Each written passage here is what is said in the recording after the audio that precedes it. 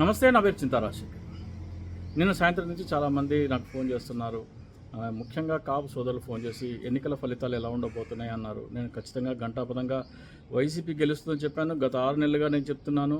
గత 6 నెలలుగా టీవీలో నేను ఒక 2-3 ఇంటర్వ్యూస్లో కూడా చెప్పడం జరిగింది.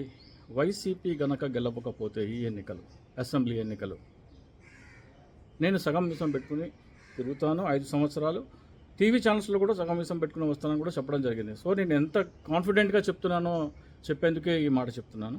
అలాగే చాలామంది కూటమి గెలిచేస్తుందంట కదా అని చెప్పేసి కొంతమంది కాపు సోదరులు ఆందోళనతో ఉన్నారు. అంటే కాపుల మనోభావాలు కూడా చూడండి మీరు. చాలామంది ఫోన్ చేసి అడుగుతున్నారు. అంటే గణనీయమైన సంఖ్యలో కాకపోయినా కానీ ఫోన్ చేసిన వాళ్ళు ఒక 15-20% కాపులు అడుగుతున్నారు, ఏంటి కూటమి వస్తుంది అంటున్నారు ఏంటి అని. అంటే వాళ్ళ అప్రిహెన్షన్స్ అలా ఉన్నాయి. సో ఇక్కడ గమనించాల్సింది ఏంటంటే, కూటమి గెలవట్లేదని కూటమికి తెలుసు. వైసీపీ జగన్మోహన్ రెడ్డి గారు ప్రచారం చేస్తుంటే కూటమి దుష్ప్రచారం చేస్తుంది. జగన్మోహన్ రెడ్డి గారు నేను ఇది ఇస్తాను, ఇది ఇచ్చాను, ఇది ఇస్తాను అని చెప్తున్నారు.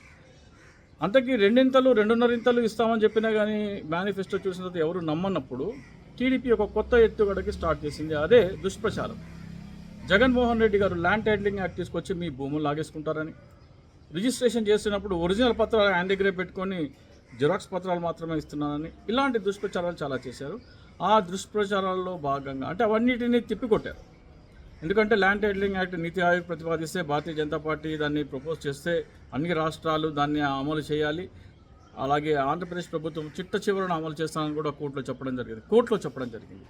అలాగే రిజిస్టర్ ఆఫీస్లో నుంచి మీరు రిజిస్టర్ కాగితాలు పట్టుకుని వచ్చిన వాళ్ళు చాలామంది వీడియోల్లో చూడండి, మేము మాకు ఒరిజినల్స్ ఇస్తున్నారు, జిరాక్స్ కాగితాలు ఇస్తున్నారు అనేది దుష్ప్రచారం అని అది కూడా చెప్పడం జరిగింది. సో వాళ్ళకి చిట్ట చివరిగా ఏమీ దొరక్క కూటమి గెలిచేస్తుంది, ఇదిగో గెలిచేస్తుంది అని చెప్పేసి ఇదొక కొత్త దుష్ప్రచారం మొదలుపెట్టారు. తమకున్న అనుకూల ఛానల్స్ ద్వారా కానీ కొన్ని మీడియా సంస్థల ద్వారా కానీ ఈ ప్రచారాన్ని మొదలుపెట్టారు. ఎట్టి పరిస్థితుల్లో కూటమి అధికారంలోకి రావట్లేదు. నా అంచనా ప్రకారం వైసీపీ 120 స్థానాలు గెలుస్తుంది. గెలుపు అయితే ఖచ్చితంగా వైసీపీదే. ఒకవేళ గెలుపు జరగకపోతే నేను చెప్పినట్టు వైసీపీ అధికారంలో లేనన్ని రోజులు నేను సగం మిసం పెట్టుకు తిరుగుతాను. డిబేట్స్ కూడా సగం మిసంతోనే వస్తాను. జై హింద్.